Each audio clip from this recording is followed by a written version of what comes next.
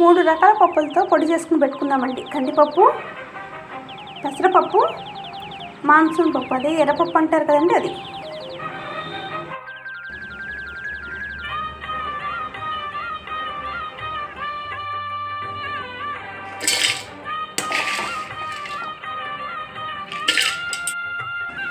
ఇంకొంచెం మెత్తగా అవ్వాలండి.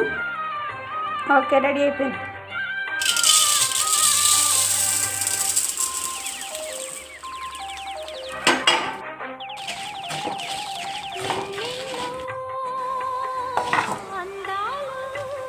ఏగిపోయినాయండి.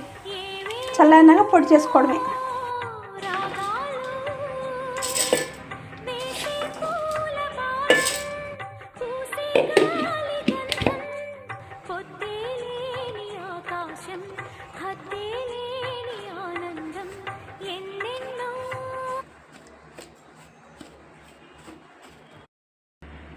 రెడీ అయిపోయిందండి పొడి.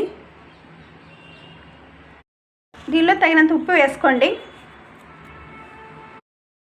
రెడీ అయిపోయిందండి పొడి. 3 రకాల పప్పులతో ఎంతో టేస్టీగా ఉండే పొడి అండి ఇది. ఆరోగ్యానికి చాలా మంచిది. Thank you for watching.